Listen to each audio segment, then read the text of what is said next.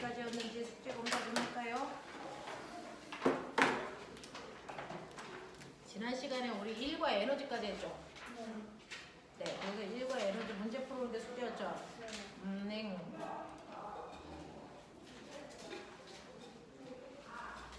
지난 시간에 1과 에너지 67페이지부터 71페이지까지 풀어와 그랬는데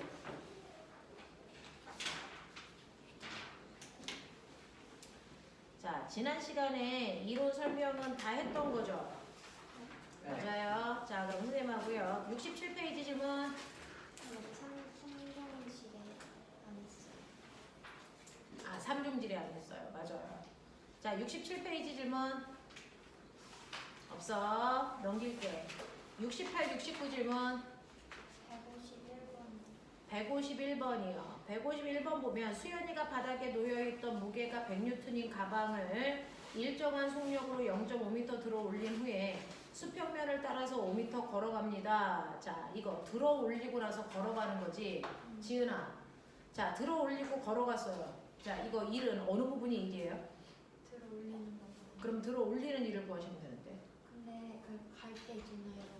그 이렇게 들어 올려서 갈 때 왜 영주님이 얘가 조금 힘 준 방향과 이동 방향이 90도라서. 90도. 네. 힘을 준 방향과 이동 방향이 90도면 한 일이 없다 그랬는데. 네. 자, 그래서 100N의 물체를 0.5m 들어 올렸으니까 한 일은 100 곱하기 0.5죠. 네. 맞아. 그래서 한 일이 50줄이에요. 맞습니까? 이렇게 하는 거고. 그럼 여기다 9.8을 곱하니 안 곱하니? 안 곱하죠. 킬로그램을 뉴턴으로 바꿀 때만 9.8을 곱하는 건데 얘는 뉴턴으로 나왔기 때문에 곱할 필요 없어요. 이런 얘기야. 넘어가죠. 70, 71 질문. 158번. 100, 58, 또 160번에 2번. 160. 자, 다음 그림은 몸무게가 300N인 사람이 언덕을 올라가는 모습을 나타낸 건데 올라가는 거니까 꼬맹아 실제로 사람은 어떻게 올라가는 거냐면요. 언덕을 타고 올라가니까 이렇게 올라가지만 실제로 얘는 높이 변화가 이만큼 일어나요. 그쵸? 그러니까 이렇게 올라가던 하늘의 양은 어떻다? 같아요. 그러니 여기에 얼마짜리 사람이 있냐면 300N짜리 사람이 몇 미터 올라간 거랑 같아? 20m 올라간 거랑 같아. 그러니까 무게 곱하기 높이니까요. 300 곱하기 20 하시면 얼마 나오니? 6,000줄에 이르는데요. 이렇게 가는 게 맞아. 맞아. 자, 그러면 60번 보시면 다음 그림은 사람과 지게차가 한 개의 무게가 20N인 벽돌 100개를 5m 높이로 옮기는 모습을 나타낸 것입니다. 사람이 10분 걸렸고 지게차는 10초 걸렸는데요. 자, 이때 한 일의 양은요 라고 했어요. 그래서 한 일의 양은 똑같이 20N짜리 물체 몇 개를? 100개를 들었으니까 무게가 얼마야? 2000N짜리 물체를 몇 미터 들어 올린 거야? 네, 5m 들어 올린 거기 때문에 한 일은 얼마야? 만줄이야, 만줄. 이건 알겠어? 자, 그러면 이렇게 한 일을 걸린 시간 뭘로 나눠야 된다 그랬어? 초로 나누는 거야. 그러면 일률 나온다 그랬어. 되겠어? 자, 그래서 지게차는 10초니까 10으로 나누면 되고요. 사람은 10분이니까 얼마로 나누면 돼? 600초로 나누시면 일률 나오는 겁니다. 되겠어? 네. 그래서 그 일률은 지게차가 사람에 비해서 몇 배? 60배. 되겠습니까? 이렇게 얘기하시면 되겠죠? 164번 2번 164번에 2번 보시면요. 자, 병마개를요 0.5m 움직여야 병마개를 딸 수 있다 그랬는데 우리 병뚜껑은 지뢰 중에 2종 지뢰예요 했던 거 기억나죠? 이렇게 되어 있는데 병따개가요 이렇게 되어 있어서 받침점이 어디 있어요?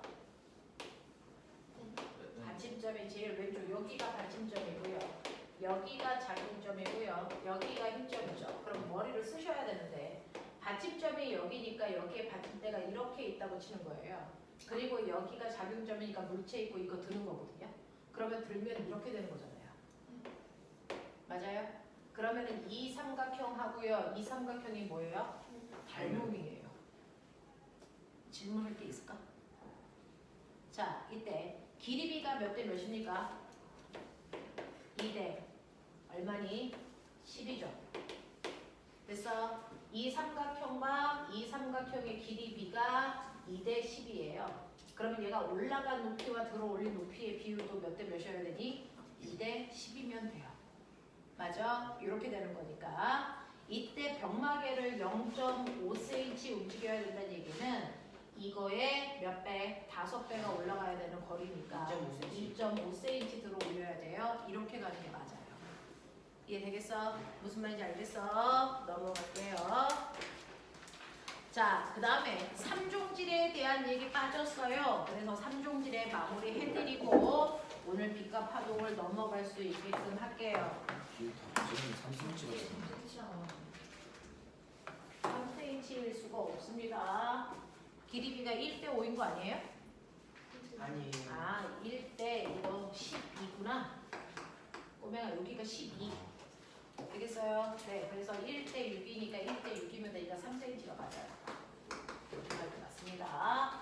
자, 이런 식으로 해두시면 되고요. 자, 그 다음에 3종지래요. 우리 지뢰의 종류는 3가지가 있는데 1종지뢰, 2종지뢰, 3종지뢰 이렇게 있다고 했어요. 그 중에서 가장 스탠다드한 지뢰가 이거죠. 자, 순서대로 불러. 여기 무슨 점? 이거 무슨 점? 작용점. 이거 무슨 점?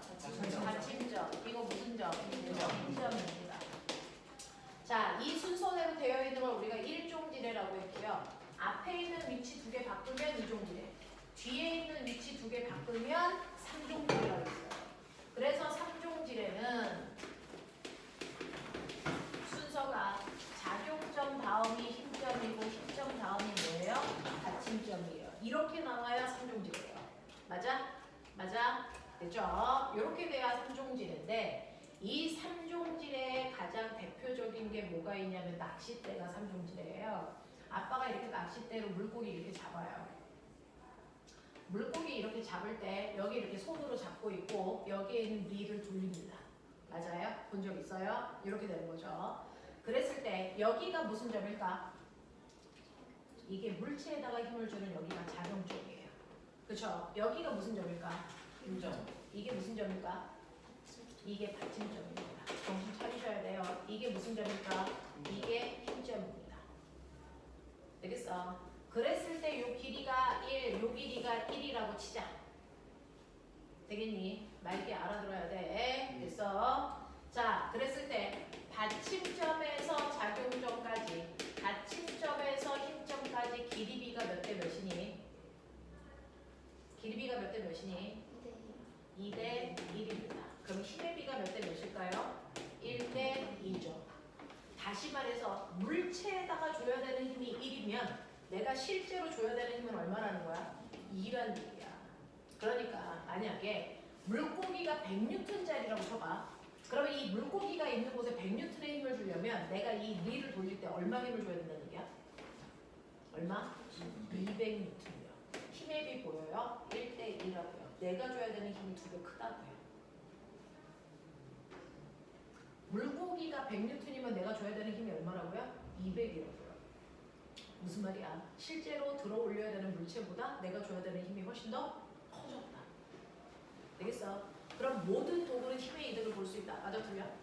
틀리죠. 힘의 손해를 보는 도구가 있어요. 되겠어? 그러면 힘이 2배 커졌어. 거리는? 2배 줄어들어요. 물고기가 만약에 20cm 올라와야 된다고 치자. 그러면 내가 이거 돌려야 되는 거리는 얼마니? 10cm예요. 물고기는요, 물속에 있을 때 가장 힘이 세기 때문에 물 밖으로 빨리 끄집어내야 되거든요. 그래서 얘가 움직여야 되는 거리보다 내가 돌리는 거리가 훨씬 더 짧은 게 유리합니다. 그래서 이러한 3종 지뢰는 오히려 힘의 손해를 봅니다.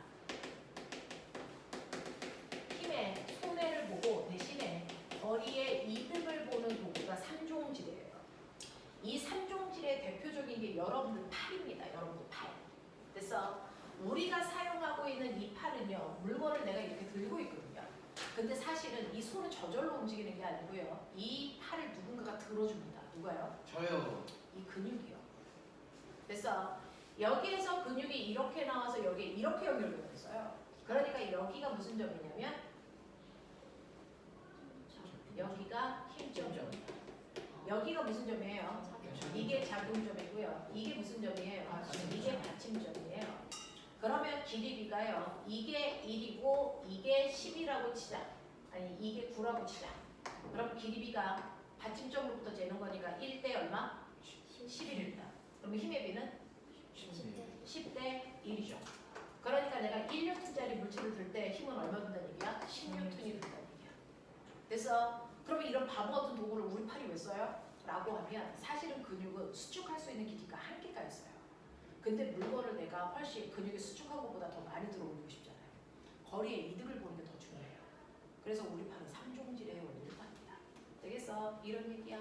그래서 모든 도구가 항상 힘의 이득을 볼 거라는 건 착각입니다. 오히려 거리의 이득을 보는 도구도 있다. 알겠습니까? 이렇게 된다. 그래서 여기까지요. 여러분들이 조금 고등부 내용을 하려면 알아두셔야 되는 것들.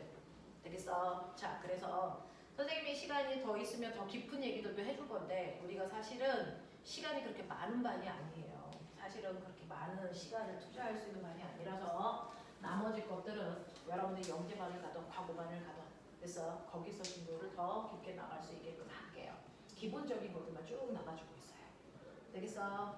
네. 자, 그 다음에 오늘 여러분들이 필요한 게 파동이라 그랬으니까 그 책 넘기시면 오늘 해야 되는 게 파동인 거 맞죠? 자, 선생님하고 이 파동 파트를 하는데 사실은 1학기 때 파동에 대한 기본적인 얘기들을 좀 했었어요. 그래서 그 파동에 대한 얘기들을 선생님이랑 좀 할 건데 오늘은 파동의 두 번째 얘기, 첫 번째 얘기, 두 번째 얘기 이거를 연결해서 한꺼번에 갈게요. 한 번 들었던 것들이기 때문에 사실 중학교 내용에서 한 번 들었거든요. 그래서 조금 더 깊게 그래서 빠른 속도로 나가도록 하죠. 자, 여러분들 파동이요. 파동이 뭐야? 파동이 뭐야? 에너지의 전달. 그렇죠. 내가 뿡 하고 쳤을 때 그래서 지금 칠판에서 뭐가 일어났냐면 파동이 일어났어요. 파동이 뭐니? 라고 하면 파동은 한 점에서 생긴 뭐가? 진동이 뭐 하는 거? 옆으로 옆으로 옆으로 옆으로 옆으로 뭐 하는 거니? 퍼져나가는 거야.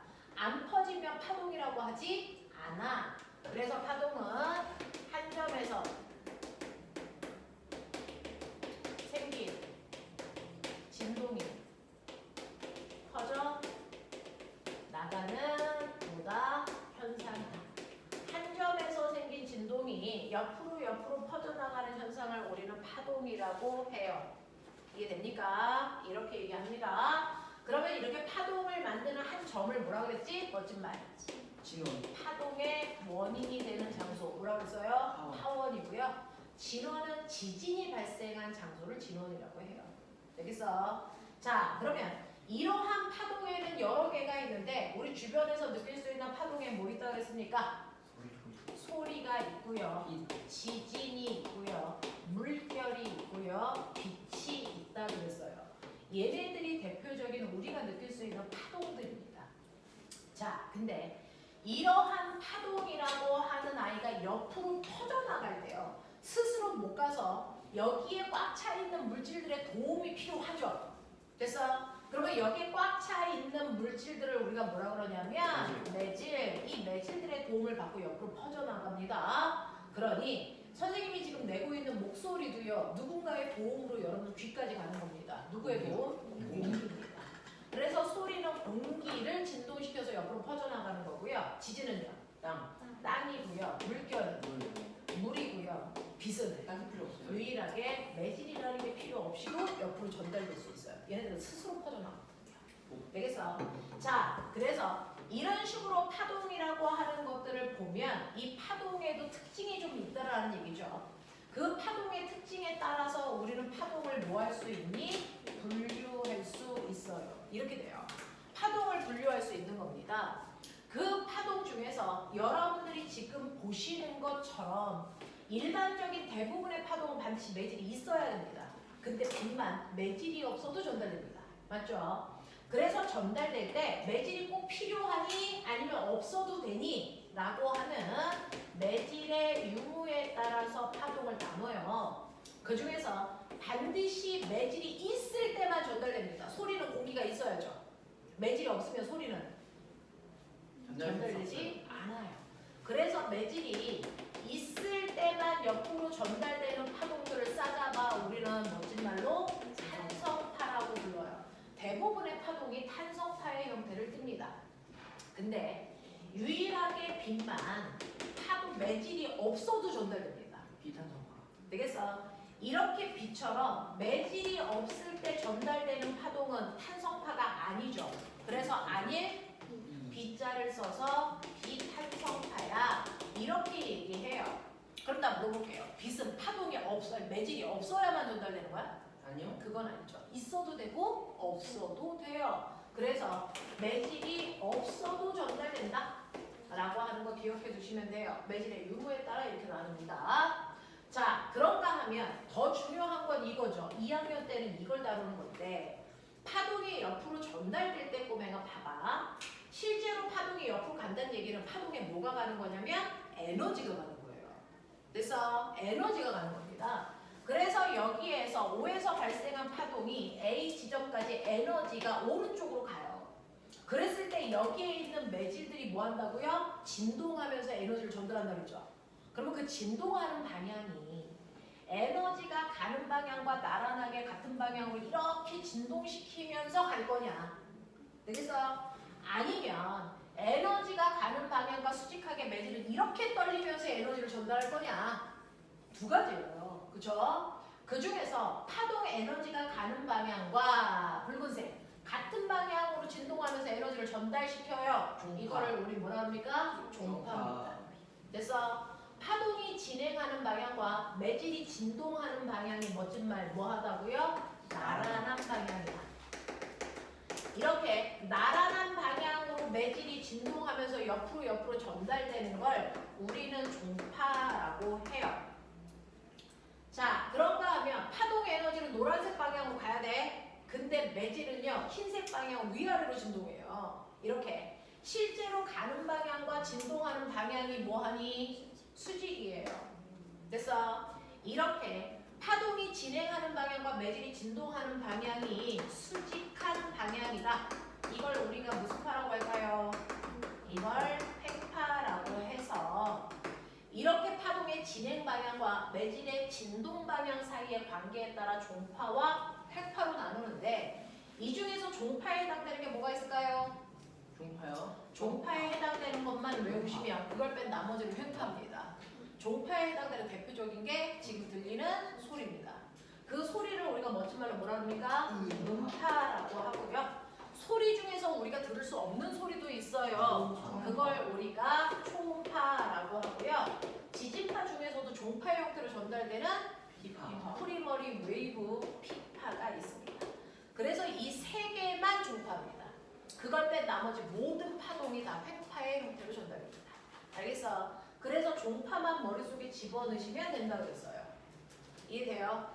하시겠습니까? 자, 그러면 이러한 파동이 옆으로 전달될 때 여러분들 시험법에 나오는 건 당연히 그렇다면 파동은 어떤 구조를 가지고 있어? 라고 하는 파동의 구조에 대한 문제를 많이 묻죠. 그래서 자, 이 파동은 어떤 구조야? 라고 얘기하면 파동은 한 지점에서 생긴 진동이 옆으로 퍼져나간다 그랬죠? 자, 이렇게 퍼져나갈 때 횡파는요, 매질이 어느 방향으로 진동해야 돼? 네, 수직. 되겠어? 그러니까 여기 있던 매질은요, 위아래로 90도 방향으로 진동하니까 이렇게 진동하면서 전달된단 말이에요. 이게 횡파 구조예요. 되겠어? 그래서 파동의 구조를 잘 이해하려면 횡파 구조를 먼저 보시는 게 좋아요. 자, 그런데 이렇게 진동하다 보면 모양이 가장 위로 볼록 튀어나온 애가 있어요. 거짓말. 마루. 그 다음에 가운데 쏙 들어간 애도 있죠. 이거 뭐라 그럽니까? 볼. 골. 그러면 이거 뭐라 그런다고? 마루. 이건 뭐라 그런다고? 골. 그래서 마루와 골의 모양이 반복되는 구조가 횡파 구조예요. 자, 그랬을 때 여러분들이 알아둬야 되는 5가지 요소를 시험에서 묻죠. 이게 중학교 2학년 수준이죠. 뭡니까? 파장이 얼마야? 주기가 뭐야? 진동수는 얼마야? 진폭은 얼마야? 그래서 얘가 전달되는 속력이 얼마인데 요거 네 5가지만 예쁘게 여러분들이 찾아낼 수 있으시면 된단 말이죠. 자, 파장이 뭐예요? 마루에서 마루까지 그래서 거기까지 거리요. 그래서 마루에서 마루까지 가는데 이 거리가 얼마야? 라고 하는 이 직선 거리를 재시면 이게 한 파장의 길이입니다. 자, 그래서 여기가 0, 2, 4, 6, 8 이렇게 된다면 한 파장의 길이가 얼마입니까? 라고 하면 얼마라고 해야 되니? 몇 미터예요? 몇 미터? 4미터죠. 근데 한 파장은 굳이요. 여러분들이 중학교 2학년 때 배우는 것처럼 꼭 마루에서 마루까지 잴 필요는 없어요. 자, 어디에서 어디까지 재도 돼? 골에서 골까지 재도 되고요. 그러니까 무슨 말이야? 같은 모양이 반복되는 최단거리죠. 그러니까 여기서부터 어디까지 재도 되냐면 여기까지가 같은 모양이 반복된 거예요. 되겠어? 그래서 파장이라는 건 고등학교 용어로 써드릴게요. 같은 모양을 멋진 말로 우리가 뭐라 그러냐면 달의 위상 보이죠? 그래서 같은 위상이 반복되는 최단 거리를 얘기하는 걸로요. 파장을 나타내는 기호는 남다고요. 그래서 파장을 구해 한국말로 해도 되고 남다 값이 얼마야? 이렇게 해도 된단 말이야. 되겠어? 그러면 얘는 한 파장이 얼마라고요? 네, 그래서 4m요. 파장은 무조건 미터 단위로 표현합니다. 되겠어? 이렇게 돼요. 자, 그래서 파장은 같은 위상이 반복되는 최단 거리고요. 주기는 뭐냐면 주기는 한 번 진동하는데 걸린 시간입니다. 그래서 같은 위상이 반복되는 최단 시간으로요. 마루에서 그 다음 마루가 생길 때까지 걸린 시간. 다시 말해. 골에서 그 다음 골이 생길 때까지 걸린 시간. 다시 말해서 여기서 여기까지 오는데 걸린 시간. 맞습니까? 네. 그래서 한 파장 지나가는데 걸리는 시간이거든요. 그걸 우리가 한 번 진동하는데 걸린 시간 또는 같은 위상이 반복되는 최단 시간. 이게 정확한 표현이죠. 자, 이 시간은 여기를 보면 알 수 있다 없다? 없어요. 가로축이 거리죠. 시간은 안 나왔어요. 되겠어? 그래서 이 그래프만 보면 시간은 몰라요. 되겠어? 만약에 시간을 알려주고 싶으면 한 번 진동하는데 2초 걸렸어. 또는 그래프를 다시 그려요. 이렇게 옆에 또 다른 그래프를 그려놓고 여기는 초 이렇게 되어 있으면 여기서 여기까지 가는데 걸린 시간이 2초 이렇게 나와 있으면 주기가 2초네? 이렇게 확인할 수 있고요. 되겠어? 그래서 주기가 2초라는 거 확인할 수 있어요. 뭐 이런 얘기예요. 그래서 한 번 진동하는데 걸리는 시간. 됐죠? 네, 다시 말해서 1회 진동하는데 걸린 시간이 주기래. 그러면 이걸 거꾸로 얘기합니다. 그래서 한 번 진동하는데 걸린 시간 말고요. 저는 1초 동안 몇 번 진동했어? 라고 하는 1초 동안 진동한 뭐요? 횟수 얘기하고 싶어요. 이게 뭘까요? 이게 바로 진동수입니다. 되겠어? 자, 1초 동안에 진동한 횟수를 우리가 진동수라고 하는데 잘 보시면 주기와 진동수는 무슨 관계냐면 서로 역수관계입니다.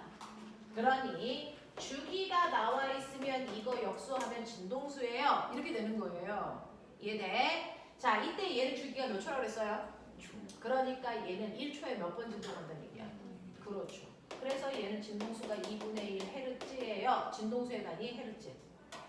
됐어? 네, 이렇게 됩니다. 그래서 외우세요. 주기와 진동수는 반비례한다는 거. 외우셔야 돼요. 자, 그 다음에 진폭이 뭐냐면 원래는 땅이 여기 있었는데 진동이 오고 나서 땅이 올라가거나 내려가죠. 그랬을 때 여기에 있던 땅이 움직인 최대 거리, 여기 있는 땅이 움직인 최대 거리 뭡니까? 마루까지의 높이를 얘기합니다. 되겠어? 또는 이 파동에 의해서 최대한 내려간 거리. 그럼 뭡니까? 골까지의 거리를 얘기해요. 되겠어? 자, 그래서 매질이 움직인 최대 거리를 우리가 진폭이라고 하는데 여기가 플러스 1, 여기가 마이너스 1, 그럼 진폭이 얼마야? 1이죠. 그래서 중심에서 마루까지 높이를 재시면 이게 진폭이에요. 이해돼요? 중심에서 마루까지의 높이를 재시면 된다. 그래서 중심에서 마루까지의 높이를 얘기해요. 이렇게 하시면 되고요. 사실은 우리 고등과학을 배웠으니까요. 그래서 자, 여기에 있는 매질이 움직인 최대 변이. 그래서 네, 뭡니까? 여기요. 그래서 매질이 움직인 최대 변이를 진폭이라고 합니다. 그래서 얘는 진폭이 1m에 이렇게 얘기하면 되죠. 절대로 마루에서 골까지를 합해서 2m예요. 이런 얘기 하시면 안 된다는 얘기예요. 이해됐죠? 자, 그 다음에 이 파동이 옆으로 퍼져나가는데 얼마나 빨리 가요? 라고 하는 속력이요.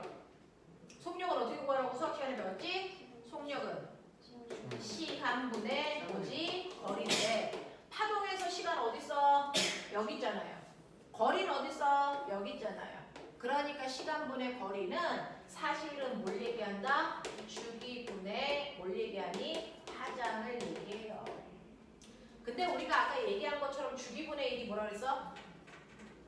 주기분의 1이 뭐라 그랬어? 진동수.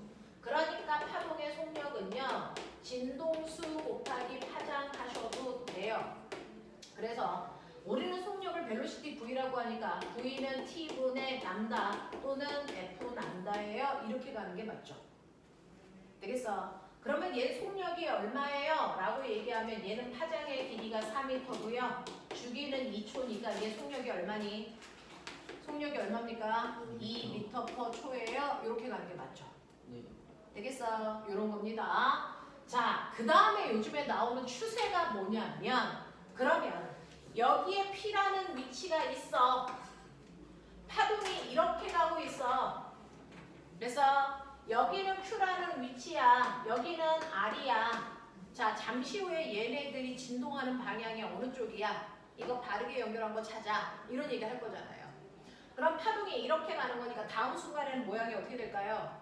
이 모습이 조금 더 앞으로 가서 이렇게 그려지겠죠.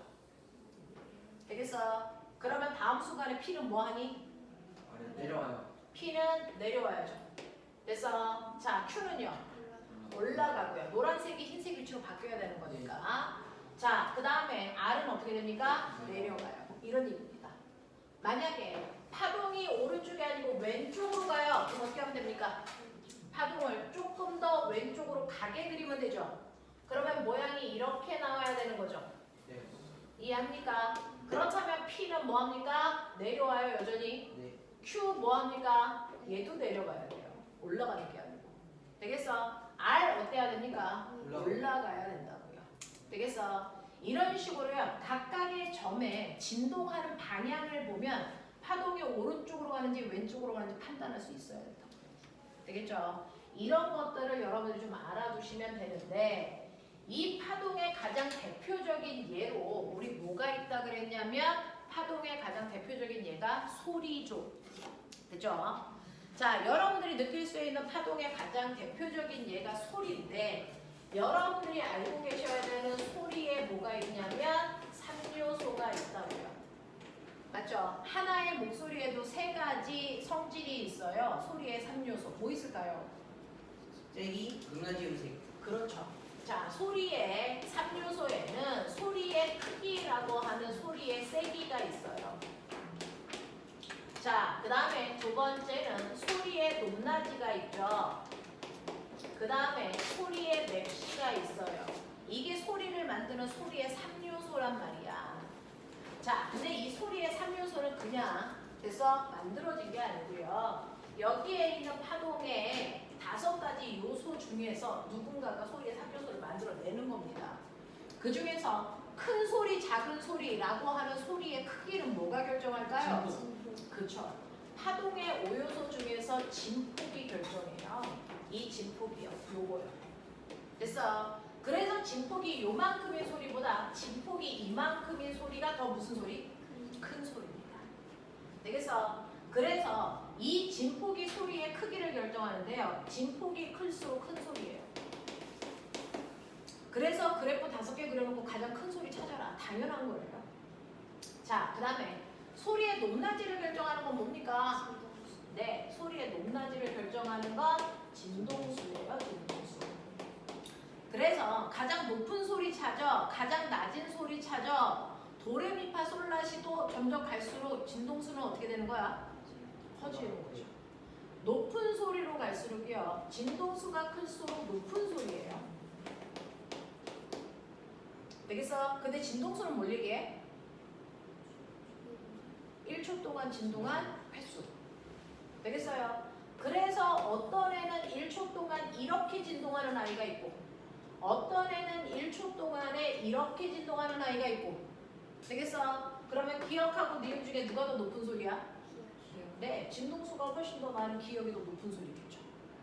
알겠습니까? 이런 얘기예요. 1초 동안에 진동하는 횟수가 많을수록 다시 말해 같은 시간 동안 마루가 많이 나타날수록 진동수가 많은 거죠. 걔가 더 높은 소리야. 알겠니? 이렇게 된다는 얘기고요. 그 다음에 소리의 맵시라고 하는 거 우리 연주할 때 저거 피아노 소리야 기타 소리야 구분 못하는 사람 없죠. 아빠 목소리야 엄마 목소리야 구분 못하는 사람 없죠. 왜? 맵시가 달라서 구분하는 거거든요. 자, 맵시라고 하는 건 내가 똑같은 음계를 연주하더라도 어떤 애는 파형이 이런 모습을 띄어요. 그때 근데 어떤 악기는 파형이 이런 모습을 띈단 말이야. 그럼 파동의 미세한 떨림 형태가 다르죠. 이게 바로 음색입니다. 그것 때문에 피아노 소리인지 바이올린 소리인지 기타 소리인지 그래서 구분할 수 있다고요. 그래서 음색은 파형이 결정하는데 파형은 뭐가 결정하냐면 매질이 그 물질의 종류가 결정해요. 그래서 철을 두드리냐 나무를 두드리냐 플라스틱을 두드리냐 그래서 그거에 따라 파형이 결정되는 거예요. 자, 그러면 이런 식으로 소리를 만들어서 내가 인위적으로 소리를 만들어서 쓰는 게 바로 악기입니다. 악기. 악기는요. 소리의 도레미파솔라시도 소리의 높낮이를 조절할 수 있어야 악기죠. 되겠어? 근데 무리든 컵으로도 내가 악기를 연주할 수 있는 거 아세요? 뭘 조절하면 될까요? 물의 양을 조절하면 돼요. 그래서 똑같은 컵에다가요. 물의 양을 다르게 넣는 거예요. 똑같은 컵에다가 물을 조금만, 중간, 아주 많이 이렇게 해서 물을 이렇게 담는다고 치자. 자, 근데 이러한 컵을 연주하는 방법이 2가지가 있어요. 이러한 컵을 내가 연주할 건데 이 컵의 윗면을 첫 번째 두드려서 소리를 나게끔 할 수도 있고요. 마치 병처럼 불어서 소리를 낼 수도 있어요. 그 중에서 두드려서 소리를 낼 때와 불어서 소리를 낼 때 누가 더 고음이니 1번이야, 2번이야, 3번이야 이런 얘기해요. 몇 번이 고음이라 그랬지? 1번. 네, 1번이 가장 고음이고 2번이고 3번이라 그러죠. 왜? 두드릴 때는 누굴 진동시켜? 아니요. 유리를 두드리면 유리는 다 똑같으니까 똑같은 소리가 나야 되는데 유리 속에 담긴 누구를 진동시키는 거예요? 물이에요. 그래서 불어서 소리를 낼 때는 누구를 진동시키는 거예요? 공기예요. 근데 어떻게 도레미파솔라시도가 달라요? 그건 들어있는 물이면 물의 양을 보시면 되고 공기를 진동시키면 공기의 양을 보시면 되는데 되겠어? 그 중에서요 얘는 물의 양이 조금 있죠? 그래서 가장 고음이에요. 내가 진동시키는 매질의 양이 작을수록 고음입니다. 되겠어?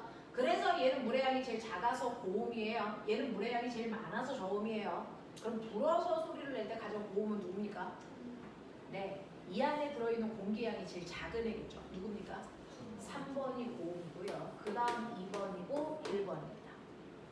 그래서 이렇게 돼서 누가 고음인지는 거기에 있는 매질의 양이 달라지는지를 보셔야 되는데 내가 이렇게 책상에다가요 30cm 자가 이렇게 튀어나오게 할 거예요. 그리고 손으로 쳐서 진동시킬 겁니다. 소리를 낼 거예요. 자, 근데 내가 여기 자를 고정시켜놓고 손으로 해서 자를 살살 쳐, 세게 쳐, 뭐가 달라질까? 소리의 크기. 네, 진폭이 달라지니까 이때는 크기만 달라져요. 속닥속닥 하는 소리, 엄청 큰 소리, 이것만 달라지죠. 되겠어? 자, 근데 내가 자를 진동시킬 때 자를 이만큼만 뺄 때도 있고 자를 더 많이 뺄 때도 있죠. 자, 나온 길이를 다르게 하면 뭐가 달라지는 거예요? 높낮이가 달라지는 거예요. 이때 밖에 나와 있는 양이 짧을수록 무슨은? 높은. 고음이에요. 됐어. 이렇게 된다고요. 그래서 이런 것들은 여러분들이 조금 보시면 되겠죠. 이게 바로 소리고요. 그 다음에 여러분들 파동의 또 대표적인 예는 뭐가 있냐면 빛이 있습니다. 빛. 자, 소리도 빛도 파동인데요. 파동은 가지고 있어야 되는 성질이 있어요. 파동의 성질. 파동의 성질이 몇 가지냐면 파동의 성질은 세 가지가 있습니다. 되겠어? 파동의 성질은 세 가지가 있는데 그 파동의 성질 세 가지 중에서 첫 번째 성질이 파동은 빛은 항상 똑바로 가려고 해요. 그래서 이게 비틀비틀 가지 않는다는 거예요. 모든 파동은 똑바로 가려고 합니다. 그래서 그걸 우리가 뭐라 그러니? 직진성 이렇게 얘기해요. 그 다음에 이렇게 파동이 가다가 지금 선생님은 빛으로 설명하지만 빛의 성질은 다 파동의 성질이야. 소리도 똑같은 성질을 가지고 있어. 자, 빛이 가다가 다른 물질을 만나면 어떻게 되니? 되돌아 나오죠. 이걸 우리가 뭐라고 합니까? 빛의 반사. 반사라고 그러죠. 그래서 파동의 성질 중에 두 번째는 반사입니다. 자, 파동의 성질 중에 세 번째는 뭐죠? 굴절입니다. 자, 이렇게 파동은 세 가지 성질이 있어요. 자, 그 중에서 직진성. 자, 예를 들어 빛이 똑바로 나가. 그래서 빛이 꽂짝 나가는데 여기 사과 있어. 그러면 어떻게 되니? 그러면 멈추죠. 빛이 멈춰요? 아니 멈추다기보다 지금. 반사돼서 나가죠. 네. 여기로 간 빛은 그대로 가죠. 그러면은 여기에 스크린이 있으니까 여기 밝은 빛이 오겠죠. 여기 있는 빛 그대로 가죠. 여기 있는 빛은 뭘까요? 반사돼서 나가죠. 그러면 이렇게 불투명한 물체가 있으면 그 반대편에 빛이 가니 안 가니? 안 가요. 안 가죠. 그래서 여기 뭐가 생깁니까? 그림자. 그림자가 생기죠. 되겠어? 이건 빛이 직진하기 때문에 생기는 게 그림자예요.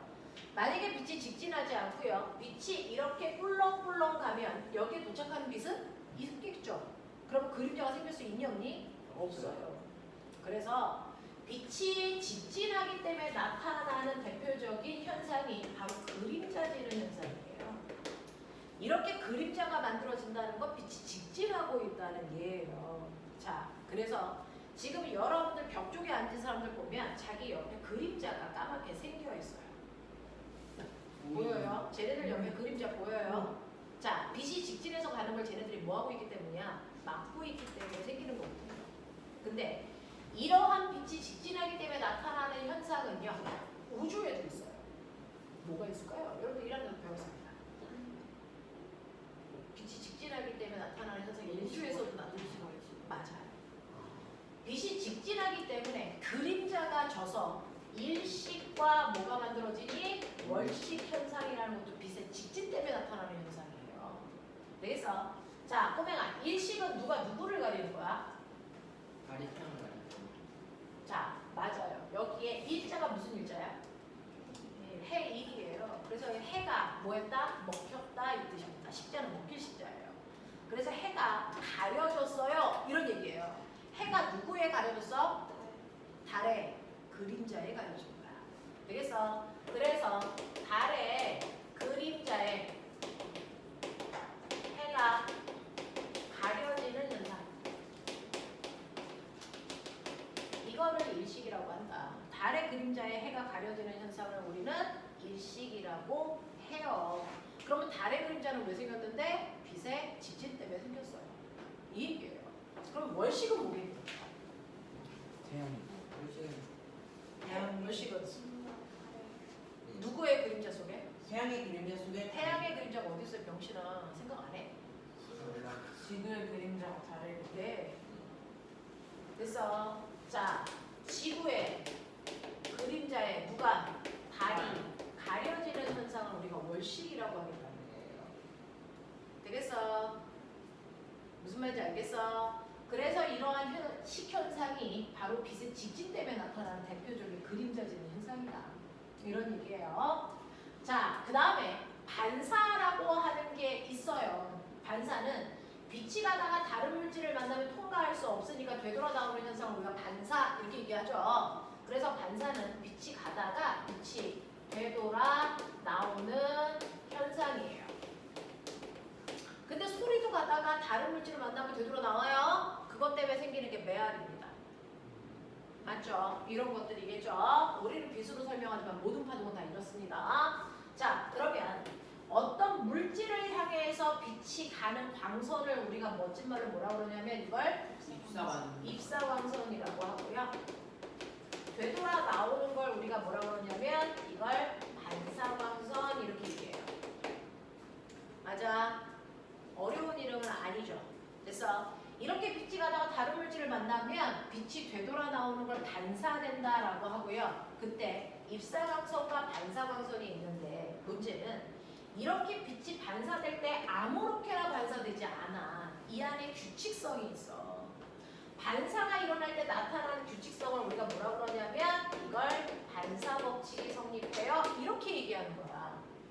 되겠어? 반사법칙이 성립해요. 이렇게 얘기하는 건데요. 자, 그러면 여기서 말하는 규칙성은 뭐냐면요. 사실은 빛이 갔다가 다른 물질을 만났을 때 되돌아 나오는데요. 그냥 나오는 게 아니고 이때 각도를 재보시면 각도가 항상 일정해요. 자, 그럼 각도를 재려면 각도계의 0도를 맞추는 기준선이 있어요. 그 기준선을 어떻게 그리냐면 빛이 들어간 면과 나란하게 선을 그어요. 그쵸? 이게 접선입니다. 자, 그것과 무조건 90도 되는 선을 그으세요. 이 선이 각도를 재는 기준선이에요. 그 기준선을 우리가 법적으로 각도를 재는 기준선, 그래서 멋진 말로 뭐라 그런다고? 법선이야. 이렇게 얘기하잖아요. 그래서 모든 각도는 항상 법선을 중심으로 잽니다. 그러면 법선으로부터 입사광선까지의 각도를 재면 이걸 우리가 뭐라 그러냐면 입사각 이렇게 얘기해요. 법선으로부터 반사광선까지의 각도를 재면 이걸 우리가 뭐라 그러냐면 반사각 이렇게 얘기한단 말이야. 되겠어? 자, 병신처럼 여기를 반사각으로 하면 뒤진다. 알겠어? 모든 각도를 재는 기준선은 뭐라고? 법선을 중심으로 각도를 잰다고. 되겠어? 자, 그랬을 때요. 이 각도를 쟀을 때 어떤 규칙성이 있는데요. 그래서 왜 반사법칙이라고 해요? 자, 이때요. 항상 빛이 들어가는 입사각과 반사각의 크기는 언제나 어때야 되니? 같아야 됩니다. 되겠어? 예를 들어서 빛이 30도의 각도로 가서 되돌아 나왔다. 그럼 반사각이 몇 도일 줄 아세요? 이건 무조건 30도. 입사각이 30도면 언제나 반사각이 몇 도여야 된다? 30도. 됐어? 입사각이 40도면 반사각 몇 도? 40도. 입사각과 반사각의 크기는 예외 없이 항상 같아야 된다는 게 반사법칙이에요. 되겠어? 자, 근데 꼬맹아 잘 봐.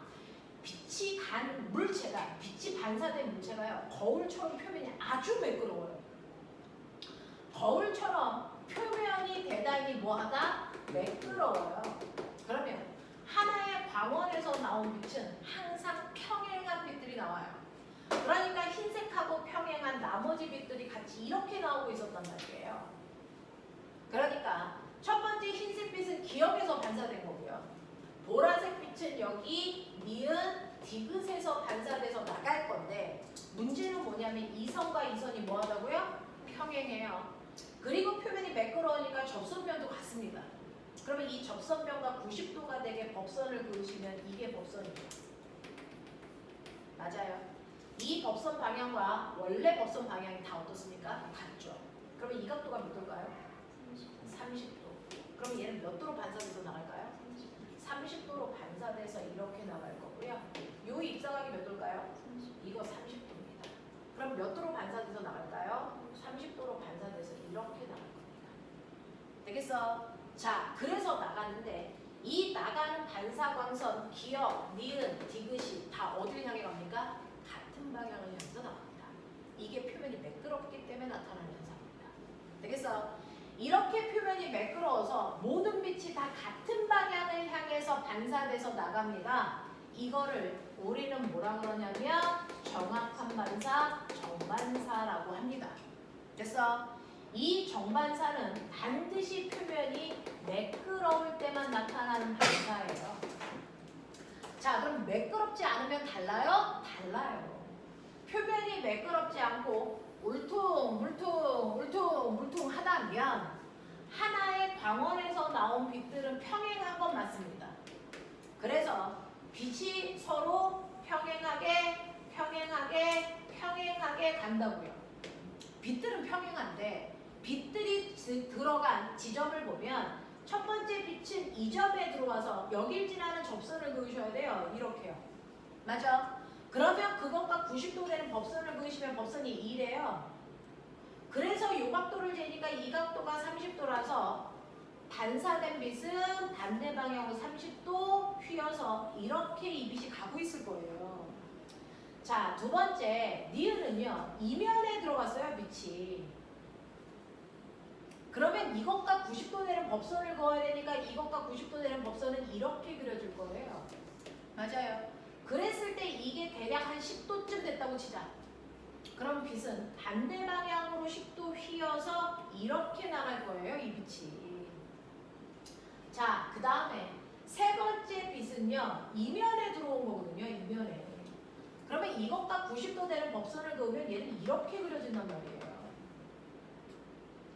그랬을 때 요 각도를 재면은 70도란 말이야.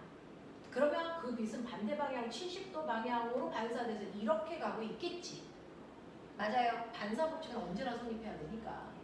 근데 반사법칙이 성립돼서 나가는데 첫 번째 빛은 이 방향으로, 두 번째 빛은 이 방향으로, 세 번째 빛은 어디로 가고 있냐? 얘는 어디로 가야 되니? 이렇게 가야 되겠죠? 되겠어? 자, 그랬을 때 첫 번째 빛, 두 번째 빛, 세 번째 빛이 나가는 방향이 다 지각각이에요. 얘처럼 한 방향으로 안 간단 말이야. 무슨 말인지 알아? 이런 식으로 표면이 매끄러운 게 아니고 표면이 뭐 할 때? 거칠 때. 그래서 반사는요 되게 난잡하게 일어나요. 그래서 난잡한 반사, 단반사라고 해요. 되겠어? 자, 하지만 정반사를 하던 난반사를 하던 반사법칙이 성립되는 건 맞는데요. 문제는 한 방향으로 나갈 때 나타나는 현상과 빛이 이렇게 나가는 걸 우리가 모든 방향으로 나간다 그래요. 정반사는 빛이 한 방향으로 나가고 있고요. 난반사는 빛이 모든 방향으로 반사돼서 나갑니다. 그랬을 때 차이점이 있어요. 뭐가 다를까요? 아는 사람? 이제 정반사는 이게 그 물체를 들여보는 방향에 따라서 보이는 게 달라지는데 난반사는 좀 약간 어딜 보냐가 좀 비슷하게 보입니다. 자, 정반사가 일어나는 물체는요. 그래서 주변의 경치를 정확하게 비칩니다. 그게 누굽니까? 거울입니다. 거울의 주변의 경치가 비치는 이유는 빛이 한 방향으로 반사돼서 나가기 때문입니다. 되겠어? 그래서 이렇게 빛이 한 방향으로 나가는 정반사가 일어나는 곳에는 주변의 경치가 비쳐요. 근데 빛이 이렇게 모든 방향으로 나가. 되겠어? 자, 이러면 주변의 경치가 비칠까 안 비칠까? 비치요. 안 비쳐요. 단지 이렇게 모든 방향으로 나가는 빛에 의해서 그 물체, 이 물체만 우리가 뭐 할 수 있다고요? 볼 수 있다고. 그러면 꼬맹아, 윤건아, 서서 해. 자, 칠판은요? 칠판은 여러분들 얼굴 비춰요? 아니요. 그러면 칠판에 있는 건 보여요? 그죠? 그러면 얘는 무슨 반사합니까? 난반사요. 난반사예요. 되겠어? 네. 자, 거울은 여러분들 얼굴 비춰요? 그럼 걔는 무슨 반사하는 거예요? 정반사하는 거예요. 잔잔한 호수면에 주변의 경치가 비치죠? 네. 그 순간 잔잔한 호수면은 무슨 반사하고 있는 거예요? 정반. 근데 거기다 내가 돌을 던지면? 난반. 네. 이렇게요. 우리 달 보이죠? 네. 달에 내 얼굴 비춰요? 그럼 달은 무슨 반사입니까? 난반사입니다. 알겠습니까? 이런 식으로요. 그래서 정반사와 난반사 모두 다 반사 법칙이 성립되는 건 맞습니다. 하지만 빛이 한 방향으로 나가냐 모든 방향으로 나가냐의 차이가 생겼기 때문에 그 주변의 경치가 비치는 아이도 있고 단지 그물체만 보이는 물체도 있다. 그래서 이게 바로 반사법칙이다. 아셔야 됩니다. 자, 그 다음에 굴절이 뭡니까? 라고 하면 굴절은 빛이 꺾여 들어가는 거죠. 예를 들면 어디에서 어디로 갈 때 공기 중에서 물 속으로 빛이 간다고 치자. 빛이 똑바로 이렇게 가다가요. 물을 만났어요. 같은 물질, 다른 물질? 다른 물질을 만났네. 그러면 똑바로 직진할 수 있을까 없을까? 없어요. 얘가 꺾여서 이렇게 들어갑니다. 자, 이렇게 빛과 같은 파동들은요.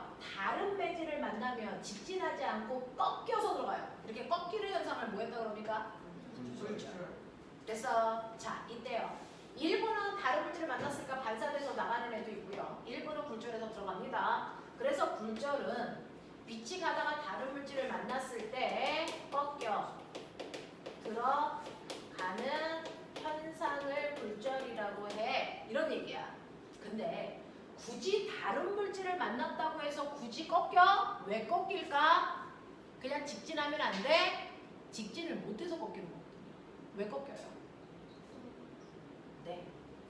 자, 빛이 통과할 때 공기 중에서 빛이 전달되는 속력과 물 속에서 빛이 전달되는 속력이 같을까 다를까? 이거 달라요. 매질마다 파동이 전달되는 속력이 달라서 직진할 수가 없습니다. 그래서 굴절하는 이유가 뭐예요? 라고 하면 굴절하는 이유는 매질마다 전달되는 속력이 뭐에서 달라서 그래요? 라고 얘기하시는 게 맞아요. 자, 그럼 저 궁금한 게 있는데 꼬맹아, 빛이라고 하는 애는요 전달할 때 매질이 필요했니 안 했니? 안 했죠. 오히려 매질은 전달되는 걸 방해합니다. 그럼 빛은 어떤 곳을 통과할 때 제일 빨리 전달될까요? 네, 아무것도 없는 진공 속을 통과할 때 빛의 속도가 제일 빨라요. 그래서 그 다음 뭘까요? 네, 기체. 그 다음 액체. 그 다음 뭡니까? 고체로요. 입자가 빽빽할수록 그 입자를 피해가야 되니까 속도가 느려져요. 되겠어? 자, 거꾸로요. 소리는 반드시 매질이 필요해져. 그 매질이 듬성듬성 있으면 여기에서 얘가 진동하다가 여기 있는 애를 쳐야 되는데 너무 멀리 떨어져 있으니까 잘 칠 수 있니 없니? 없어요.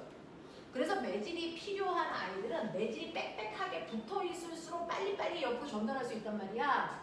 그러니까 소리는 어떤 매질을 통과할 때가 제일 빠르냐면 고체 매질을 통과할 때가 제일 빨라요. 그 다음 액체, 그 다음 기체고요. 소리는 아무것도 없는 진공은 통과할 수가 없어요. 그래서 달에 가서 아무리 소리 질러봤자 옆 사람은 안 들려요. 달에는 공기가 없어서 그래요. 알겠어? 이런 얘기를 하는 거란 말이야. 자, 그런 거만 생각해봐. 내가 여기서 쏜 게 빛이야. 빛이 공기 중에서 물 속으로 들어가. 속력이 빨라질까 느려질까? 느려집니다. 되겠어? 공기에서의 빛의 속력은 100이었는데 물 속으로 들어가는 순간 빛의 속력이 50으로 줄어요. 그래서 직진할 수 없어서 꺾입니다. 되겠어? 이렇게 꺾이는 굴절이 일어나. 그랬을 때요, 저는 요번에도요, 각도 재고 싶어요. 아까처럼. 그럼 뭘 그려야 되니? 그쵸. 법선을 그리셔야 돼요. 그랬을 때 요 각도가 무슨 각? 입사각. 요 각도가 무슨 각? 반사각. 그럼 굴절각 어디 있어? 법선으로부터 굴절 광선까지 요 각도가 무슨 각이에요? 요 각도가 굴절각입니다. 되겠어? 이렇게 된다. 자, 그랬을 때요, 선생님, 얘는요, 반사법칙 성립해요? 반사법칙은 예외 없이 성립합니다. 되겠어? 자, 공기 중에서 물 속으로 갈 때, 잘 들어. 이제부터는 중학교 범위를 벗어날 거야. 그러니까 제대로 들어. 자, 공기 중에서 무슨 각이 생겼냐면, 공기 중에서 무슨 각이 생겼어? 입사각과 반사각이 생겼어요. 입사각과 반사각이 생겼는데 반사각은 언제나 성립해야 반사법칙은 언제나 성립해야 되니까 이 두 각은 어때야 돼? 같아야 돼요. 그리고 굴절각이 어느 쪽에서 생겼어요? 물이라는 매질 쪽에 굴절각이 생겼네요. 이해하십니까? 굴절각이 물이라는 매질 쪽에서 생겼어요. 어떤 각이 더 클까요? 입사각이 훨씬 더 커요. 왜 그럴까요? 원래 입사각이 무조건 커야 됩니까? 아니죠. 그럼 왜 커요? 아니 무조건 이상하게 굴절각보다는 무조건 커야죠. 아니죠. 아그 지나는 빛이 이렇게 수직으로 각도는요 어느 매질 쪽에서 생긴 각도냐가 중요한 거예요. 지금 입사각과 굴절 반사각이 어느 매질 쪽에서 생겼어요? 공기라고 하는 빠른 매질 쪽에서 생겼고요. 그래서 굴절각이 어디서 생겼어요? 물이라고 하는 느린 매질 쪽에서 생겼습니다. 이해해? 네. 자, 이때 무조건 각도는요 입사각이든 굴절각이든 상관없어요. 빠른 매질 쪽에서 생긴 각도가 무조건 큽니다.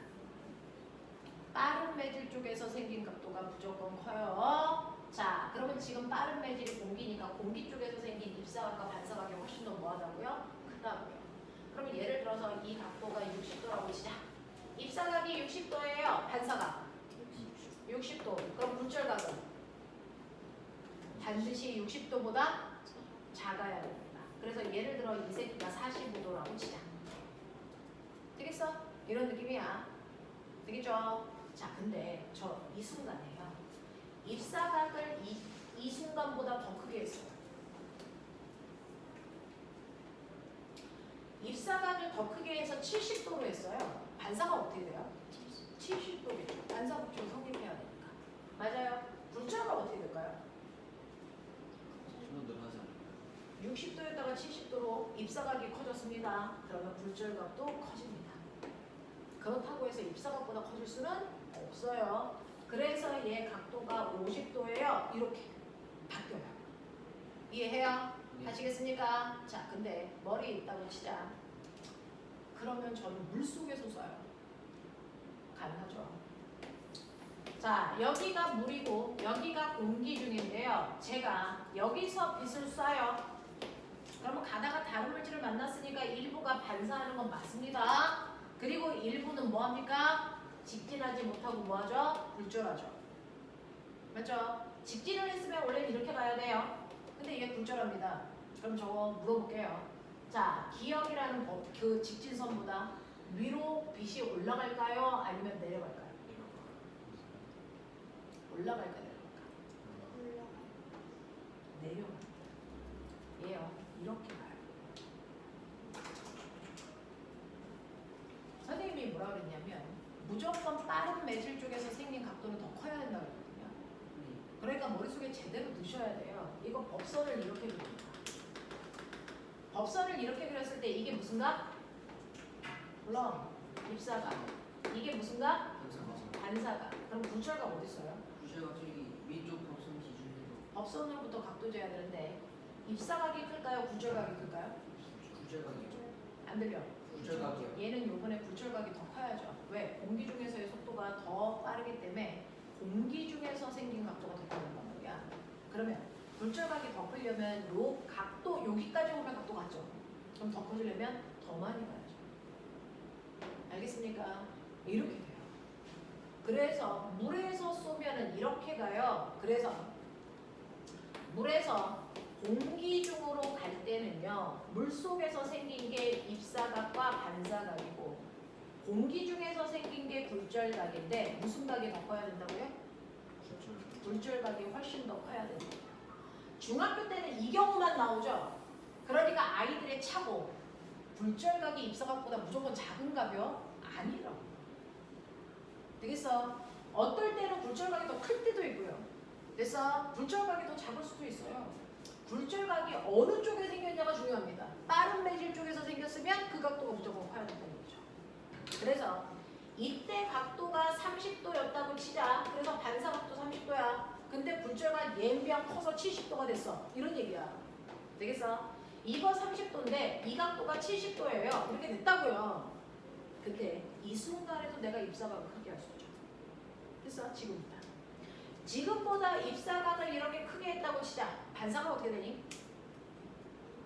화상도 커지죠. 네. 입사각이 40도예요. 반사가. 40도. 그럼 굴절각은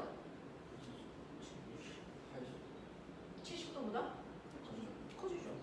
입사각이 커지면 굴절각 커진다니까? 예외가 없어요. 입사각이 커지면 굴절각 무조건 같이 커집니다. 되겠어? 그러면 이게 커졌다고 치자. 근데 예병한 굴절각이 커져가지고요. 이 색이 이렇게 가요. 그랬더니 이럴 수 있어요. 그러면 이제부터 문제야. 자, 이때부터 조금이라도 각도를 더 크게 하자. 입사각이 40도였더니 굴절각이 90도였어. 입사각을 조금만 더 크게 하자. 그래서 41도 됐어. 반사각 몇 도? 41도. 굴절각 몇 도? 굴절각 몇 도? 90도보다 커야죠. 물리는 예외가 없다니까요. 그냥 커지는 거야. 되겠어? 그럼 커지면 어떻게 돼? 이 새끼 이렇게 들어와.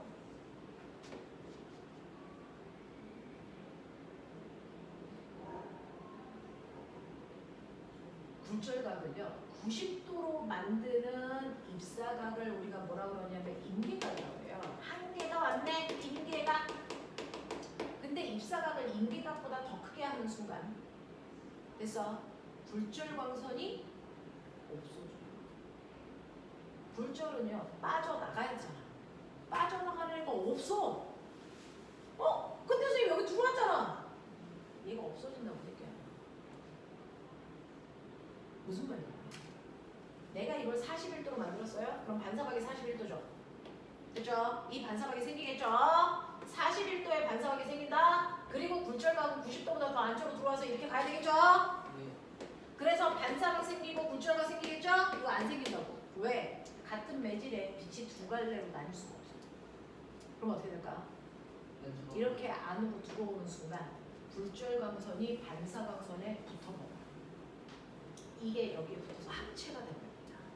그러니까 우리 눈에는 어떤 일이 일어난 것처럼 보이는 줄 아세요? 굴절된 광선은 하나도 없이 뭐만 일어난 것처럼 보여? 전부 다 반사만 된 것처럼 보여. 맞죠? 자, 그래서 이 현상을 우리가 뭐라고 그러냐면 전부 다 반사된 것처럼 보여요. 전반사라고 부른다고요. 전반사. 입사각이 임계각보다 커지는 순간 전부 다 반사되는 것처럼 보입니다. 그걸 전반사라고 하는데 이 전반사는 반사가 아니에요. 굴절입니다. 굴절각이 너무 커져서 전부 다 반사되는 것처럼 보여요. 이해돼? 이해돼? 이걸 전반사 현상이라고 합니다.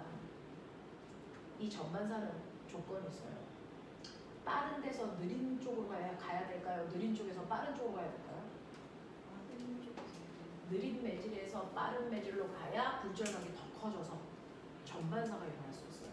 그래서 느린 매질에서 빠른 매질로 갈 때만 일어나는 게 전반사 현상이야. 빠른 매질에서 느린 매질로 가면 굴절각이 더 작아서 전반사는 나타날 수가 없어. 되겠어? 느린 매질에서 빠른 매질로 갈 때만 전반사가 일어나는데 이 전반사를 이용한 게 바로 광통신이에요. 전반사를 이용한 게 광선류인데요. 자, 뭐냐면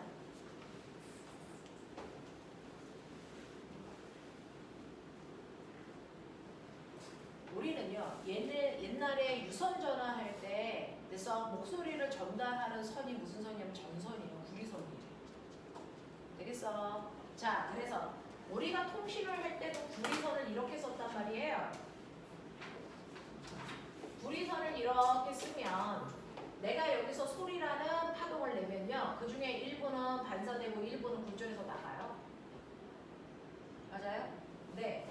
일부는 반사되고 일부는 굴절해서 나간다고요. 그래서 이렇게 굴절해서 나가는 이 새끼들을 잡아서 도청하는 겁니다. 그래서 옛날에 전봇대 아저씨들 두글두글 붙어있었죠. 도청하는 거. 나쁜 아저씨들. 됐죠? 자, 그런가 하면 또 어떤 일이 발생하냐면 100% 에너지를 쐈는데 그 중에서 일부가 빠져나가잖아요. 그래서 일부 10%가 빠져나가고 90% 왔어. 근데 여기서 또 굴절해서 나가 10% 빠져나가고 80% 왔어. 있어. 또 빠져나가. 10%또 빠져나가고 70% 가. 그러다가 내 귀가 있는 곳까지 오면 결국은 에너지가 한 30% 오는 거야. 그러니까 소리도 잘 안 들리고 화질도 떨어져. 그래서 이게 전선으로 통신하는 거예요. 근데 요즘은 이렇게 통신을 안 합니다. 자, 요즘은 광섬유로 통신을 하는데, 그래서 그 광섬유가 뭘 이용한 거냐면 전반사를 이용한 거예요. 그래서 광섬유는요, 안쪽에 있는 매질하고요, 그 전선을 감고 있는 바깥쪽에 있는 매질이 다른 매질로 감싸요. 이거를 우리가 광섬유라고 하는데요. 자, 그 중에서 속에 있는 하얀색을 우리가 속이니까 코어 중심, 그리고 바깥쪽을 클레딩 이렇게 부를 건데요. 자, 여기서 코어에 해당되는 중심이 느린 매질이에요. 이게 느린 매질입니다. 그리고 클레딩이 빠른 매질입니다. 그래놓고 얘는 광섬유죠. 뭘 쏘는 거예요? 빛이요. 빛을 쏘는 거예요. 전기 신호를 쏘는 게 아니고 빛 신호를 쏘는데, 그래서 여기서 쏠 때 그냥 쏘는 게 아니고, 그래서 어떻게 쏘는 줄 아세요? 인계각보다. 네, 이때 쐈을 때 이 각도가 인계각보다 크게 쏘요. 그럼 뭐가 일어날까요? 뭐가 일어날까요? 전반사만. 그래서 하나도 밖으로 빠져나가는 게 없이 전부 다 반사만 됩니다. 그러니까 밖으로 빠져나가는 게 하나도 없으니까 도청이 될까 안 될까? 이거 안 돼요. 그래서 우리나라는 통신선에 도청이 안 돼요. 그래서 요즘에 전봇대 아저씨들은 안 매달려 있잖아요. 도청 자체가 안 돼요. 그래서 요즘은 도청이 안 되니까 해킹하는 겁니다. 그래서 네, 도청 자체가 될 수 없고요. 그리고 전반사를 했기 때문에 100%가 100% 와요. 그래서 화질이 선명할 뿐만 아니라 전기 신호가 아니고 빛 신호로 쏘기 때문에 속도도 빠르죠. 그래서 여러분들 5G, 4G 이게 다 광섬유 사용해서 나타나는 겁니다. 그래서 이거예요. 이게 광섬유입니다. 이게 바로 전반사를 이용한 거야. 이해돼? 이해돼? 전반사는 무슨 매질에서 무슨 매질로 갈 때? 느린 매질에서 빠른 매질로 갈 때만 나타나는 사야. 이해되겠어? 알아듣는 거 맞아? 네. 그죠? 이렇게 됩니다. 자, 그래서 여러분들 직진, 반사, 굴절이 있는데요. 중학교 시험 문제에서는 굴절 때문에 나타나는 대표적인 예를 들어봐. 이제 이거 나와요. 빛이 굴절하기 때문에 나타나는 대표적인 예는 뭐 있습니까? 라고 하는데, 빛이 굴절하니까 꼬맹아 이렇게 유리컵에다가 물 집어넣고 빨대 꼽아. 그랬더니 빨대가 뭐해 보이니? 빨대가 꺾여 보이죠? 되겠어? 빨대가 꺾였을까? 안 꺾여요. 빛의 굴절 때문에 빨대가 꺾여 보입니다. 무슨 말인지 알지? 자, 그 다음에 이렇게 커피잔에다가 내가 동전을 놔서요, 동전이 안 보이는 위치로 눈의 위치를 딱 정해요. 근데 눈은 가만히인데 여기다가 물을 담아요. 그러면 원래는 빛이 이렇게 갔기 때문에 내 눈에 동전이 안 보이는데, 그래서 물을 집어넣으면 빛이 가다가 뭐하니? 굴절하잖아요. 그래서 동전에 닿아서 이렇게 와요. 그러니까 안 보였던 동전이 보이는 거죠. 그래서 이게 바로 빛의 굴절 때문이에요. 그래서 근데 빛이 이렇게 굴절해 올 때요, 내 눈은 병실이거든요. 빛이 굴절해서 올 줄 몰라요. 그냥 빛이 똑바로 직진해서 왔을 거라고 내 눈은 인지합니다.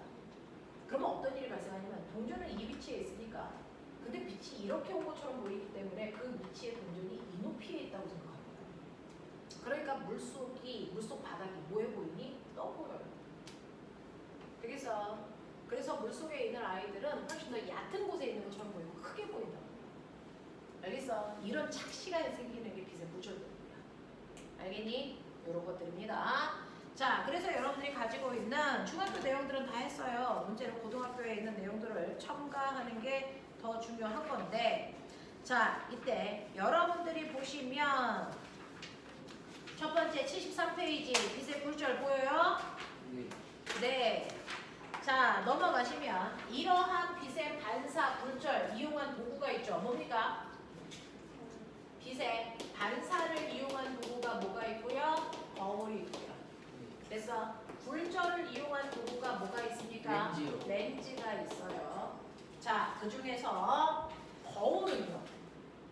거울은 몇 종류가 있을까요? 거울은 세 종류가 있죠. 기억나요?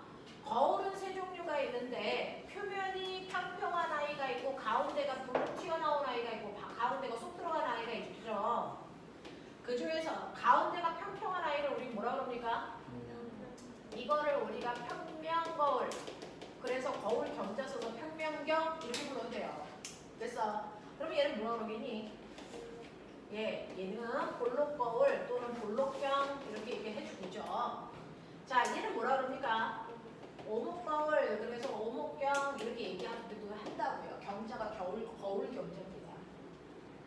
되겠죠? 자, 근데 우리가 1학기 때도 해드렸었는데요. 빛이 이렇게 위에, 가운데, 아래 이렇게 쏜다고요.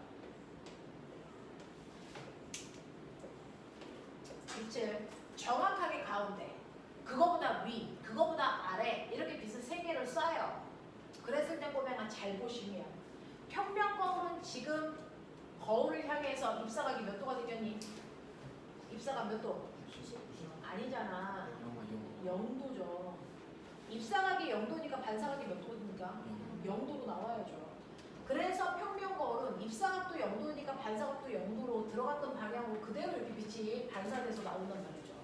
그래서 빛이 왜곡되지 않아. 되겠어? 그래서 그 앞에 사람이 이렇게 서 있으면 그 사람의 상이 여기에 이렇게 맺힐 텐데 평면 거울은 빛이 갔다가 그대로 오기 때문에 여기에 있는 나의 됐어? 크기, 모양, 상하, 그리고 거울로부터 떨어져 있는 거리 이런 것들이 전혀 바뀌지 않고 똑같아 보이는 상을 내줘요. 그래서 내가 거울로부터 2m 떨어져 있으면 상도 거울로부터 2m 떨어져 있는 곳에 생겨요. 맞습니까? 혜정 정신 차려. 맞습니까? 그래서 평면 거울은 왜곡이 하나도 없어요. 그냥 그대로 보여요. 맞아? 네. 자, 근데 딱 하나 바뀌는 게 있어요. 그러니까 좌우. 자, 그건 모든 거울에 똑같은 특징입니다. 평면 거울이든 오목 거울이든 볼록 거울이든 무조건 뭐는 바꿔 보인다? 좌우는 바뀌어 보입니다. 그죠? 그래서 평면 거울에서는 좌우만 바뀐다는 거예요. 그러니까 내가 과학이라고 이렇게 쓰면 평면 거울에서 보면 과학이 이렇게 써져 있는 것처럼 보인단 말이에요. 되겠어? 이렇게 좌우가 바뀌어 보이는 현상이 나타나는 거지 그걸 뺀 나머지는 달라질 수가 없단 말이야. 자, 근데 볼록 거울은 어떠냐면 보면은 볼록 거울 이렇게 있어요. 볼록 거울 이렇게 있는데 정확하게 가운데로 들어가는 입사각이 몇 도일까요? 0도입니다. 그러니까 반사각도 몇 도여야 되니? 0도. 그래서 볼록 거울이든 평면 거울이든 정확하게 가운데로 들어간 애는 그대로 나와요. 그러니까 거울에 가운데를 찾고 싶으면 빛을 쏴. 그랬을 때 반사가 그대로 일어난 그 점이 가운데야. 맞아. 네. 자, 근데 윗면에 쏴요. 윗면에 이렇게 쏘면 보면 순간 빨리 봐. 이 빛이 들어간 접선면. 이면이라고 이면. 맞아요. 그러면 이것과 90도 되게 법선을 그리시면 이렇게 그려야 법선이란 말이에요. 그러면 이 방향으로 이 각도가 입사각이니까 반사각은 반대 방향으로 이렇게 30도 가서 빛이 이렇게 가야 된단 말이야. 그러니까 빛이 이렇게 들어가다가 이렇게 나와. 무슨 말인지 알아? 이렇게 돼요. 그럼 이렇게 들어간 빛은 어떻게 될까요? 아래로 그리죠. 그래서 볼록 거울은요 빛이 사방으로 이렇게 퍼져요. 그려보시면 되잖아요. 되겠어? 그래서 볼록 거울은 퍼집니다. 빛이. 됐어? 그거에 비해 오목 거울은 어떻습니까? 오목 거울은 이래요. 그려보시면 되겠지만 정확하게 가운데 들어간 빛, 위로 들어간 빛, 아래로 들어간 빛 이렇단 말이에요. 근데 정확하게 가운데 쏘셨으면 접선과 이루는 각도가 법선과 이루는 각도가 0도예요. 입사각이 0도니까 반사각도 0도를 이렇게 나오겠죠. 근데 위에 있는 빛은 여기에 들어갔단 말이야. 그러니 법선을 그리면 이렇게 그려지잖아. 이 각도가 30도면 빛이 30도 방향으로 이렇게 간단 말이야. 이렇게. 그럼 여기 있는 빛은 어떻게 여기? 이렇게 가지. 맞아요. 그래서 오목 거울에서는요 빛이 한 중점을 향해서 모입니다. 이렇게 모입니다. 그래서 빛이 모이는 게 오목거울이에요. 오목거울. 자, 그래서 이렇게 거울이 직선이 아니고 곡선이 되면 빛이 똑바로 못 나가고 퍼지거나 모인단 말이야. 그거랑 똑같은 게 렌즈예요, 렌즈. 렌즈에도요, 이렇게 생긴 렌즈 있죠, 물론. 무슨 렌즈? 볼록 렌즈. 이렇게 생긴 렌즈요. 그렇다니까요. 볼록 렌즈와 오목 렌즈가 있어요. 자, 근데 선생님이 볼록 렌즈 그려볼게요. 볼록 렌즈 이렇게 그려야겠어요. 빛이 가운데로 이렇게 갑니다. 이렇게 쏜 거야, 제가. 근데 정확하게 가운데 오면 빛이 들어간 접선면이 이거죠. 그러면 입사각이 몇 도입니까? 그래서 오늘 너희 야간 없다. 쟤네 둘은 남는다 그랬어요. 태정이 하고 아니 저그 엄마한테 말하는 거 까먹었어. 그러면 이번에 남아? 말씀드리고 아무것도 제가 안 나오거든요. 진주 맨날. 남아서 문제 풀고 싶으면 남아도 돼. 어떻게 할래? 오늘 남은 사람 없어? 일본이랑 갈 거야? 남자 되죠. 애들이 말을 할지 몰라. 맞아. 나 엄마한테 말을 얘기한 거 까먹어가지고 몰라. 통화? 아 근데 지금 출발했어. 지금 어떻게 10시 할 거야? 나오셨어. 아니 남자답게 계속 남는 아? 가. 자, 그러면 빛이 가운데 이렇게 들어왔어. 맞아. 그러면 빛이 이렇게 들어왔으니까 입사각이 몇 도라고? 0도. 그러면 일부 반사된 빛은 이렇게 나가겠지. 근데 여기가 유리야. 그럼 통과하는 빛도 있겠지. 근데 입사각이 0도야. 부처각이 몇 도겠니? 0도야. 그러니까 가운데 빛은 그대로 갈 수밖에 없어. 되겠어? 가운데를 제대로 쐈으면 빛은 그냥 통과해요. 이런 식으로. 그러니 꼬맹아, 공기 중에서 물 속으로 빛을 쏠 거야. 모든 빛은 부절하다. 맞아, 틀려? 틀리죠. 정확하게 입사각을 0도로 했으면 얘 그냥 들어가죠. 이거 부절은 왜 해요? 비스듬히 쐈으니까 부절하는 거죠. 무슨 말인지 알아? 모든 빛이 부절하는 건 아니야. 입사각이 0도면 부절할 필요가 없어. 얘가 바로 그 말이야. 무슨 말인지 알죠? 이겁니다. 자, 그래서 이런 식으로 가는데 얘는요 라고 했어요. 얘는요 이렇게 왔잖아. 그럼 빛이 들어오면은 이면이니까 이면에 접선을 그려봐. 이거란 말이야. 그러면 이것과 90도 되게 법선을 그리시면 이렇게 되잖아요. 그러니까 일부는 반사돼서 일로 나가는 애도 있겠지만, 그래서 일부는 부절할 건데 꼬맹아, 부절한 걸 먼저 그리지 말고 그냥 직진한 거 먼저 그려봐. 직진하면 이렇게 갔어야 돼. 맞지? 근데 얘는 다른 물질을 만났으니까 직진하지 못하고 꺾이는데 이제부터 사고래요. 여기가 공기, 여기가 유리. 빛은 어디가 더 빨라? 공기 중에서 빠르고 유리에서 느리지. 그러니까 굴절각이 입사각보다 뭐 해야 돼? 유리에서 생긴 각도가 뭐 해야 돼? 작아야 돼. 그러면은 요 각도보다 훨씬 더 작아야 되니까 어떻게 되니? 법선 쪽으로 붙겠지. 이렇게 가겠지. 무슨 말인지 알아? 알아듣길 바란다. 법선 쪽으로 붙어야 된다. 그러면 여기에 있는 빛도 어떻게 돼야 되니? 이렇게 붙겠지. 맞아. 그래서 꼬맹아, 볼록 렌즈에서는 빛이 뭐 한다고요? 한 점에 모인다. 이렇게.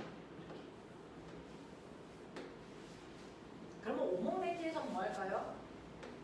빛이 퍼져요. 이렇게. 되겠어? 이렇게 됩니다. 자, 근데 잘 봐. 볼록 거울에서는 빛이 뭐 있고요? 볼록 거울에서 빛이 뭐였어? 퍼졌어. 볼록 렌즈에서는 모아졌어. 네, 거울과 렌즈는 서로 반대 현상이 나타나요. 되겠어? 자, 그래서 너네가 머릿속에 넣어야 되는 게 있는데요. 우리는 거울, 렌즈 따로 필요 없어요. 거울이 있고 렌즈가 있는데 그 중에서 빛을 뭐 하는 애가 있니? 모으는 애가 있고요. 빛을 뭐 하는 애가 있어요? 퍼뜨리는 아이가 있어요. 그 중에서 하나만 외우세요. 빛을 모으는 렌즈만 외웁시다. 빛을 모으는 렌즈가 누구예요? 빛을 모으는 렌즈는 바로 볼록 렌즈. 볼록 렌즈죠. 빛을 모으는 렌즈가 볼록 렌즈야. 그러면 빛을 모으는 거울은 오목 거울이죠. 반대라고 했습니다. 맞아.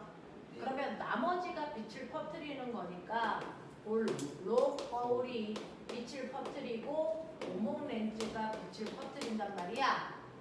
되겠어? 자, 그랬을 때요. 빛을 모으냐 퍼뜨리냐에 따라서 그 앞에 어떤 아이가 이렇게 서 있었을 때, 어떤 아이가 이렇게 서 있었을 때 비친 이 아이의 모습이 달라 보여요. 되겠어? 그 중에서요, 빛을 퍼뜨리는 아이의 상을 외우셔야 됩니다. 중학교 2학년 시험 문제.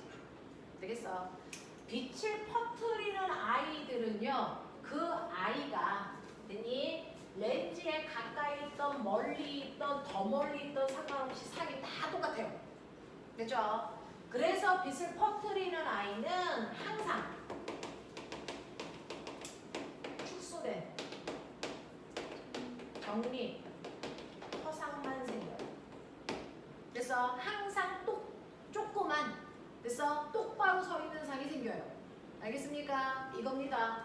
항상 축소된 정립 허상밖에 안 생겨요. 그러니까 내가 이렇게 서 있었는데 비친 내 모습이 이렇게 보인다.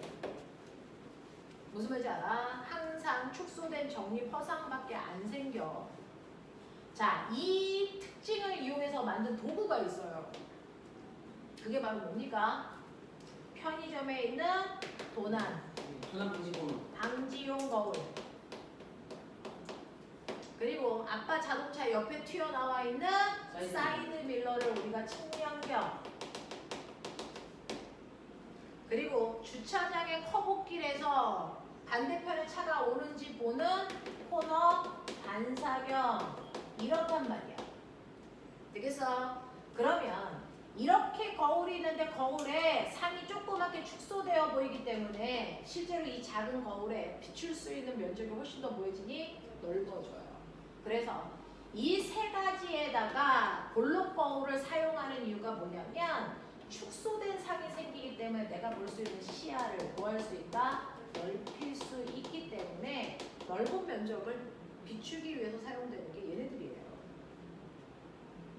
이래. 자, 근데 빛을 모으는 역할을 하는 아이는 복잡합니다. 빛을 모으는 아이들은요, 이 아이가 빛을 모으는 광학 도구랑 엄청 멀리 떨어져 있을 때, 중간일 때, 연락 가까이 있을 때 상이 다 달라 보여요. 되겠어? 그래서 첫 번째 가장 먼 곳에 있을 때는요, 어떻게 보이냐면, 그래서 축소된 돌이 실상이 생겨요. 내가 이렇게 멀리 떨어져 있으면 내 모습이 거꾸로 이렇게 비친단 말이야. 그래서 위아래가 바뀌는 걸 돌입이라고 합니다. 그래서 축소된 돌입 실상으로 보여요. 그 다음에 중간거리쯤 왔을 때요. 더럽게 무식한 표현을 하고 있는 거죠, 제가.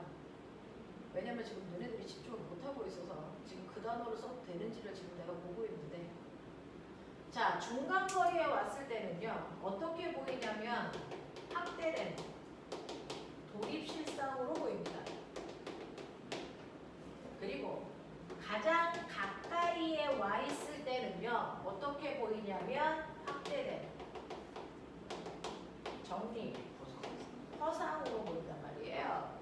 그러니까 내가 가까이에 이렇게 와 있으면 내가 거꾸로 뒤집혀 보여도 나보다 커 보이고, 내가 더 가까이 오면, 그래서 열나 똑바로 서 있는 더 큰 아이가 이렇게 보인단 말이야. 그래서 상이 이렇게도 보였다, 이렇게도 보였다, 이렇게도 보였다가 막 별지랄을 다 한단 말이야. 되겠어? 이렇게 보여요. 이렇게 보여요. 됐죠? 이때 여기서 말하는 거리는요,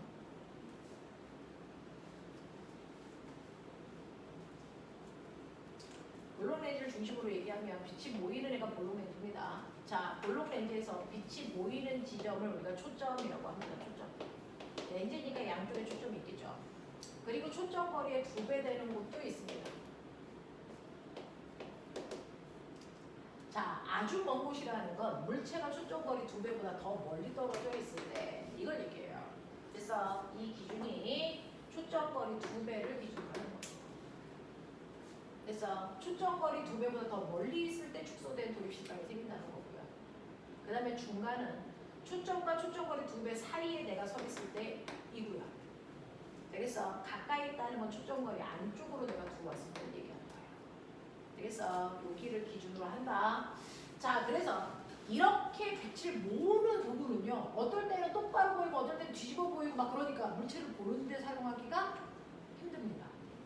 그래서 이렇게 빛을 모으는 광학 장치는 그냥 빛을 모아서 한꺼번에 센 빛을 멀리까지 보내는 데 쓰는 거예요. 그래서 언제 씁니까? 등대 뒤에. 그래서 조그만 꼬마 전구가 있는데 등대 뒤에 엄청나게 커다란 오목거울이 있어요. 그러면 이 오목거리 빛을 모아가지고 한꺼번에 멀리 쏘니까 먼 바닥까지 빛이 갑니다. 그래서 네, 또 어디요? 자동차의 헤드라이트. 또 어디 있어요? 우리 집에 있는 형광등 가시오. 되겠어? 이거 다 이 안에 오목거울이 들어있어요. 되겠어? 또 어디 있어요? 여러분 올림픽 할 때 성화 체화등 불이 꺼지지 않게 열을 모아야 되잖아요. 그래서 이거 들고 뛰어다니잖아요. 그래서 이 성화 체화등이 여기가 오목거울이에요.